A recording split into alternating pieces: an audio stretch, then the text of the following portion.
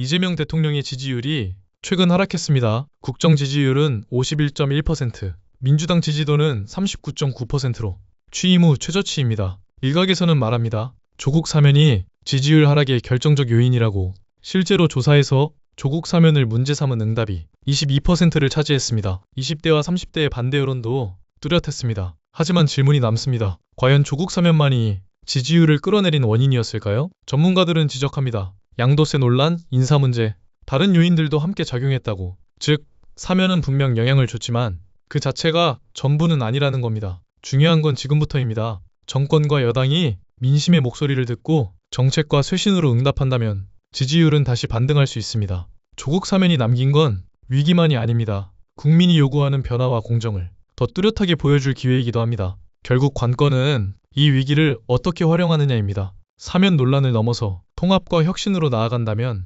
민심은 다시 돌아올 수 있습니다. 지금도 저한테 좀 제발 조국 쉴드 좀 그만. 저는 쉴드 칠 생각도 없고요. 조국이 훌륭하다는 얘기를 한 적이 없어요. 공권력에 의해서 너무 심각하게 당했다. 난 이 얘기만 한다니까. 내 과거 발언까지 다 한번 찾아보세요. 훌륭하다는 얘기를 하는 게 아니라니까. 왜 이렇게 내가 열받는지 알아? 나도 그렇게 될 수 있을까 봐. 나도. 윤석열 같은 사람한테 내가 타겟팅 되면 나도 이렇게 되니까. 저는 뭐라고 말 좀 해보세요. 제발. 아유 진짜. 그 긴 세월 동안 이제 그 사실관계나 또 법리나 그 재판의 진행 과정이나 그거를 당사자로 겪은 사람의 입장에서는 그 여러 가지 쓰라림이 있죠. 그게 이제 대표적인 게 좀 배신감입니다. 배신감. 꼭 이렇게 해야 되나. 그 세상이 유지되는 게 저는 사람과 사람에 대한 신뢰가 무너지면 이건 유지가 안 된다고 생각하거든요. 근데 다른 거 다 떠나서 모르겠어요. 그런 이게 두 가지 비판이 있어요. 애초에 조국이라는 사람을 타겟팅 해가지고 정치적 이득이나 자신들의 몰입의적인 어떤 그 잘못을 조국한테 다 덮어 씌워가지고 모면하려는 사람들이 있어요. 지가 한 나쁜 짓을 조국을 내세움으로 해서 거기다가 다 몰아주고 가리려고 하는 네, 그런 사람들이 있고, 다른 한편으로는 진짜 자기는 진보를 지향하는 사람이기 때문에 이런 자들은 사회적으로 용납할 수 없다라는 입장이 있어요. 근데 이제 그 틈에서 발견되는 특이한 저거 중에 하나는 왜 나경원이나 저 한동훈이나 또 윤석열이 때 보건복지부 장관 임명한 저 지명된 놈은 지 딸을 스펙을 만들어가지고 아예 의사를 만들려고 뭐 다 조작한 게 나오고 막 이랬었잖아요. 네, 낙마했죠. 그런 거에 대해서는 왜 당신은 입장이 없고 아무 얘기도 안 하냐 그러면은 그걸 왜 넌 나한테 따지냐. 그것까지 왜 조국은 따지냐. 그동안에 올바른 얘기만 하고 좋은 것만 말하는 사람으로 해서 사람들로부터 그만큼 존중과 칭찬을 받았기 때문에 그게 아니라는 점이 조금이라도 밝혀지면 그거에 대한 대가를 치러야 되니까 욕을 먹어도 싸다. 이런 입장을 얘기하는 사람들이 있어요. 네. 그럼 이제 스스로는 굉장히 논리적이라고 생각하고 틈만 나면 나와서 그 얘기를 해. 저는 그거를 좀 묻고 싶어요. 그러니까 그렇게 해서 왜 그러냐 그러면은 모든 글에다가 조금씩 그래도 유죄 아니냐. 그 다음에 그런저런 활동 안 했는데 갖다 만든 거는 맞지 않냐. 뭐 이런 식으로 얘기하거든요. 그리고 법원에 판결이 있는데 그렇지. 그거마저 부정하면 사회의 근간이 무너지는 맞아. 거 아니냐. 이런 소리를 얘기를 해요. 네. 그럼 판결을 하는 과정에서 무죄 추정 원칙이 무너진 건 어떻게 할까요? 증거 법칙이 완전히 훼손된 건 어떻게 할까요? 너무너무 흔적이 많거든요. 그거는. 네. 그거에 대해서는 일체 얘기가 없어요. 네. 그리고 다 그냥 그 지네들이 만들어서 퍼뜨린 얘기로 그걸 기반으로 여론몰이를 해가지고 검찰이 기소하고 법원이 재판한 내용만 가지고 그 결과가 나왔는데 인정해, 꿇어, 사과해. 너 왜 정식으로 사과를 안 해?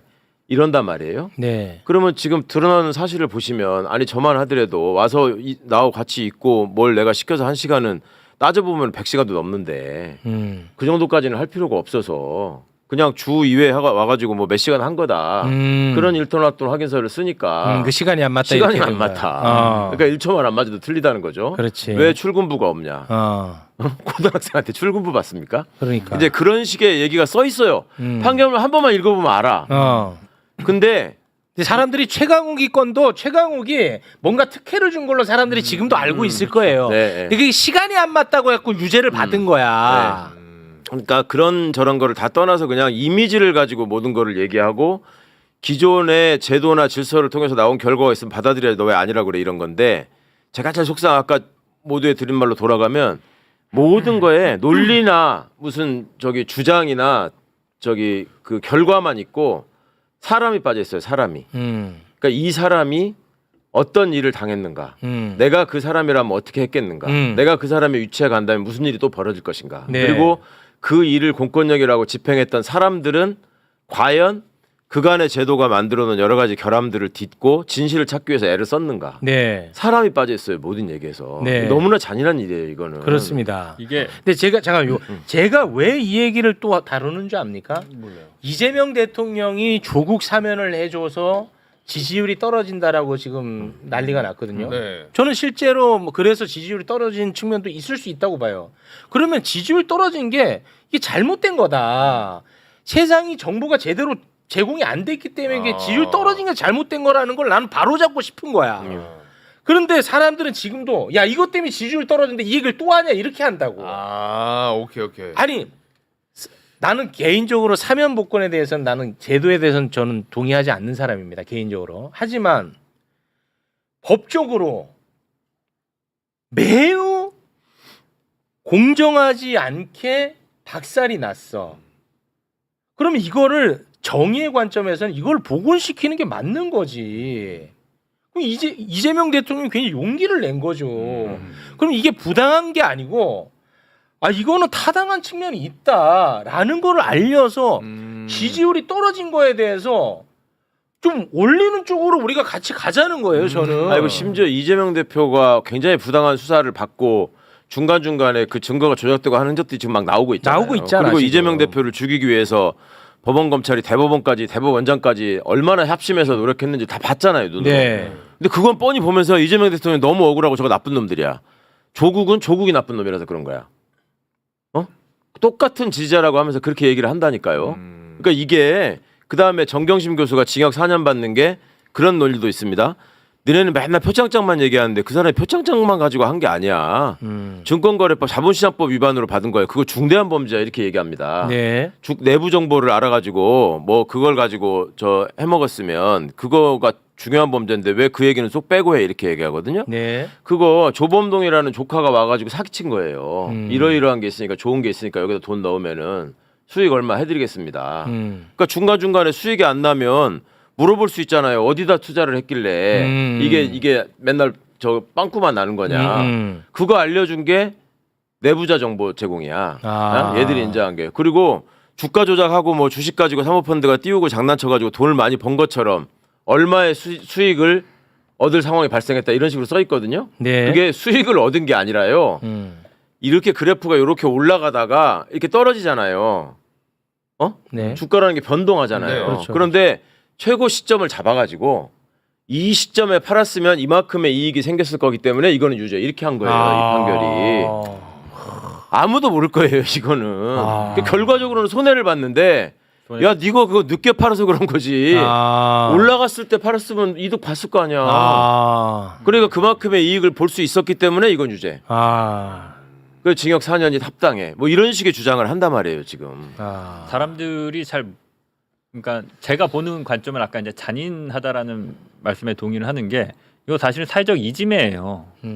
그러니까 조국 전 장관 권력자처럼 보이죠. 최강욱 전 공직기관 비서관 권력자처럼 보이죠. 근데 이거를 합심해서 지금 흔히 말하는 다구리로 때리고 있는 거거든요. 사회적으로 이지매를 하고 있는데 네. 이 사람들이 권력자야.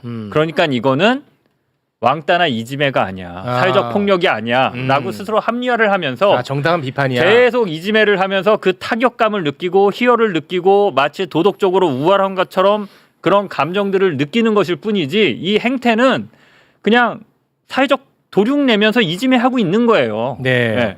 그러면 이런 현상이 왜 나경원이나 한동훈이나 심우정을 상대로는 벌어지지 않느냐? 그 얘기는 그만하고. 아 그래요? 이 사람들은 진짜 권력자거든. 그만하고. 네. 근데 저도 이 부분에 대해서는 저는 각도를 다양한 생각이 있을 수 있으니까 좀 말씀드리자면 사실 지금 이 사건에 대해서 저는 조국 전 장관 관련된 사건이 한 6년 됐잖아요. 굉장히 오래된 그렇습니다. 사건입니다만은 네. 저는 초기에 사실 검찰권 남용에 대해서 자세히 다 그때는 밝혀지지 않았을 때이기 그럴 수 때문에 있죠. 상당히 비판적으로 봤던 부분이 있고 조국에 대한 비판. 그렇죠. 그게 네. 저는 조국 전 장관이 입은 피해나 이런 거에 대해서는 정말 좀 죄송한 마음도 있어요. 그걸 공감하지 못했던 부분에 대해서는 참 죄송한 마음도 그럴 있는데 수 있죠. 이걸 푸는 방식이 지금 굉장히 좀 복잡한 것 같아요. 예를 들면 미래 정치 권력과 관련된 내용도 포함이 돼 있을 것이고 또 과거를 어떻게 정리하느냐, 사면 복권을 하느냐, 아니면 또 뭐 재심을 하냐 여러 가지 방법들이 있는데 이 혼재된 걸 가지고서 지금 얘기를 하다 보니까 상당히 저는 더 논란이 확대되는 거 아니냐 이런 생각이 드는데 이 검찰권 남용 부분과 아까 우리 장인수 기자님 말씀하신 언론의 침묵 부분은 저는 더 가열차게 저는 비판해야 된다고 봅니다. 그게 공익에 부합하거든요. 네. 그래서 저는 검찰권 남용 부분에 대해서는 이재명 대통령 사건과 또 조국 전 장관의 사건과 또 송영길 대표 사건도 있잖아요. 그렇습니다. 그러니까 이런 것들을 우리가 더 많이 얘기를 해서 네. 저는 검찰권과 관련된 문제 그러니까. 이 부분을 더 알리는 게 필요하던데 지금은 조국 전 장관에 대한 그 이야기들이 너무 많다 보니까 네. 사실은 이재명 대통령 그 사건도 조금은 잊혀지는 부분도 있고 네. 또 송영길 대표 사건도 거의 언급이 안 되다 보니까 네. 이 부분이 잘 설명이 안 되거든요. 그래서 저는 앞으로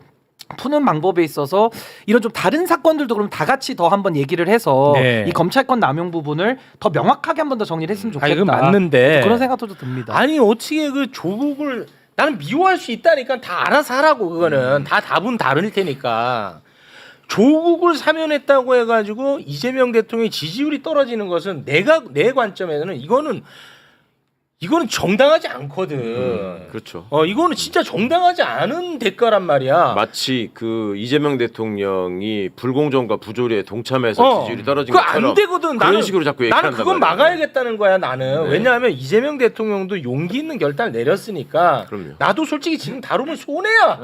이미 지금 막 인상 쓰고 사람들 그만해라 꺼져라 넌 족바다 뭐 난리잖아.